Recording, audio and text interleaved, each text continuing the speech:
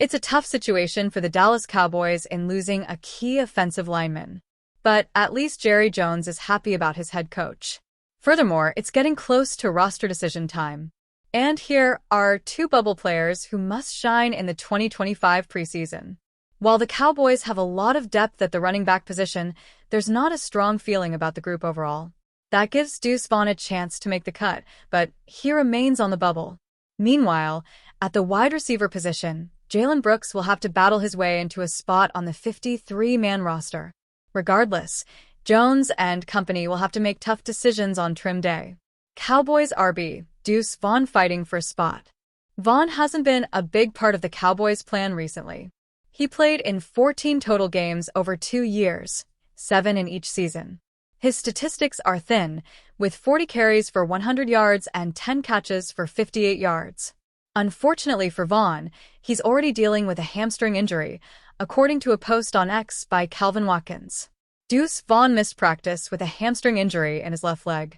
It's a similar injury to last year, but he said it's not as serious. He doesn't expect to miss too much time. However, the missed opportunity opened the door for rookie running back Jaden Blue to show what he's got. Blue reportedly broke off big runs and made tacklers miss. He also showed off receiving skills. This is all bad news for Vaughn. He's not only behind Blue, but also presumed starter Javonte Williams and backup Miles Sanders. It's not good to be the number 4 guy in the backfield. Fortunately for Vaughn, he's expected to get back on the field in short order, according to CBSSports.com. Vaughn, hamstring, is expected to return to practice this week. Nick Harris of the Fort Worth Star-Telegram reports, CBS Sports wrote. Vaughn has been sidelined at practice with a hamstring injury, but he may be nearing a return to action. The running back is expected to operate as a depth option behind Javonte Williams and Miles Sanders this season, likely making his greatest impact on special teams. The special teams avenue will indeed give Vaughn a leg up. But at this point, he's fighting an uphill battle.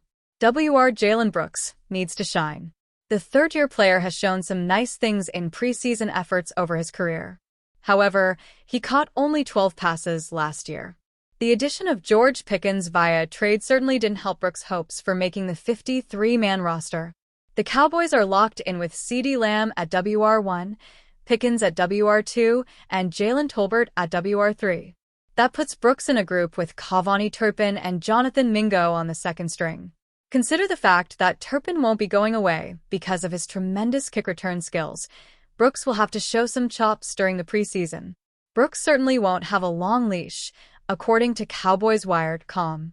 Jalen Brooks has had his moments, but time may be running out on his opportunity to turn those moments into a noteworthy career, Katie Drummond wrote. Brooks is set to enter year 3 with the Dallas Cowboys, already a major accomplishment for a player taken where he was in the draft. And Brooks will also have to battle against guys like Ryan Flournoy, Kelvin Harmon, Paris Campbell, Josh Kelly, Jalen Moreno, and Trayshawn Holden. Of course, having guys like Lamb and Pickens raising expectations across the board for the receiver room, Brooks may get lost in the shuffle. Cowboys looking strong at WR position. Lamb said the addition of Pickens makes everything better, according to DallasCowboys.com. He's just an incredible athlete, incredible football player, and his ability to go up and get the ball, you guys haven't seen it yet, but those days are literally coming, Lamb said. He's like a caged animal, and so am I.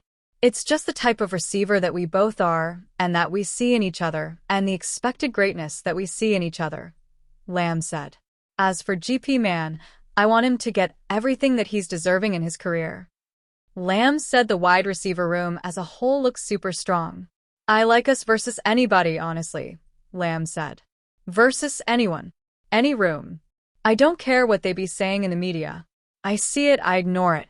We'll see y'all in September. I don't really do too much talking. Also, the Cowboys should be in better shape this year with a healthy Dak Prescott running the show. It's possible the Cowboys could have one of the league's best passing attacks in 2025. As much as Jerry and Stephen Jones love to throw a wet blanket on everything, the first week of Dallas Cowboys training camp has been a roaring success. Rookies Donovan Ezerwaku and Jaden Blue have made their presence felt, while vets such as Damone Clark and Kyer Elam have been among the biggest standouts over the first handful of practices. Another name who deserves mention in that group is none other than Andrew Booth. According to reporters on the scene in Oxnard, Booth is stacking really strong practices. Nick Harris of the Fort Worth Star-Telegram caught an impressive highlight of Booth breaking up a deep ball intended for Jalen Tolbert in Sunday's padded practice. Cowboys cornerback Andrew Booth is putting together a really nice training camp. Booth had a handful of PBUs on Sunday, per ESPN's Todd Archer. He has been applying sticky coverage on seemingly all of his reps, which is a far cry from what he provided last season after the Cowboys acquired him from the Vikings in August in a trade that sent Nashon right to Minnesota. Injuries forced Booth into the starting lineup early in the year, and he was not up to the task.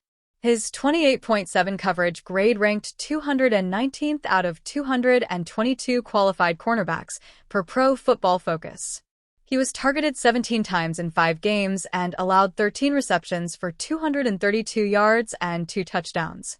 That equated to a 157.1 passer rating allowed that ranked 157th out of 160 cornerbacks. Booth played in weeks 4 and 6 and did not reappear until week 15. It took Trayvon Diggs and Josh Butler suffering season-ending knee injuries for Booth to see the field again. Wouldn't you know it, the Cowboys are once again dealing with injuries at cornerback. Diggs and Butler are both on the PUP list to start camp, while rookie third-round pick Shevon Revel Jr. is currently on the non-football injury list, NFI. It is worth noting that Revel has started doing on-field work, so he might be a few weeks away from being activated. Booth has seen a ton of first-team reps as a result, and by all accounts, he's made the most of them. Time will tell if this is sustainable or just a flash in the pan from the former second-round pick, but his current form adds yet another interesting wrinkle to a CB room full of question marks. While the San Francisco 49ers hosted wide receiver Gabe Davis on a visit, a decision still hasn't been made yet if the former Buffalo Bills receiver will end up with the team. Though there are other teams that are interested in Davis after the 49ers visit, he would speak about the reasons for wanting to go to the NFC West team. Davis would appear on the Up and Adams show with Kay Adams, where she asked about the prospect of him joining San Francisco for the upcoming season. He would call the time awesome, and how he spoke with many players on the team, like Christian McCaffrey, and complimented head coach Kyle Shanahan. "I went on a visit there. It was awesome," Davis said. "I have a lot of teammates from UCF and previous players like Mac Jones and Isaiah Hodgins that were there. So definitely a team that I'm interested in for sure. San Fran is a nice spot. It's a great team with great players. Talked to Christian McCaffrey and all them, and I talked to a lot of the people out there, and it's awesome. San Fran is definitely a spot that I'm looking at. Shanahan is the man. He knows how to call an offense, right? And they just got a lot of great weapons around there." Gabe Davis speaks highly of the weapons on the 49ers. With the team amid training camp and the San Francisco 49ers quarterback needing as much as dangerous weapons as possible, Davis could be an underrated pickup. Subsequently, Davis was effective with his time in Buffalo, serving as a favorite deep threat option for Josh Allen, having 7 touchdowns in 3 of the 4 seasons with them and averaging close to 17 yards per catch. He would then play with the Jacksonville Jaguars last season, but it was no doubt a disappointing year, where he recorded 239 yards to go along with 2 touchdowns on 20 catches. Consequently, Davis could find a jolt back in his career with San Francisco, joining the likes of Brandon Ayuk, Jawan Jennings, and others, whom he compliments to Adams. "Hey man, listen, I give props to those guys. Those guys have been making some plays," Davis said. "Jennings was making hella plays when he had to. It was awesome to watch. And Ayuk is a stud. He's a true #1 player, got a lot of respect for his game. So definitely a team that interests me because I like to be around great players like that. A great opportunity." It remains to be seen where Davis signs, but the 49ers look to improve after finishing last in the NFC West as they open the season on Sunday, September 7th, against the Seattle Seahawks.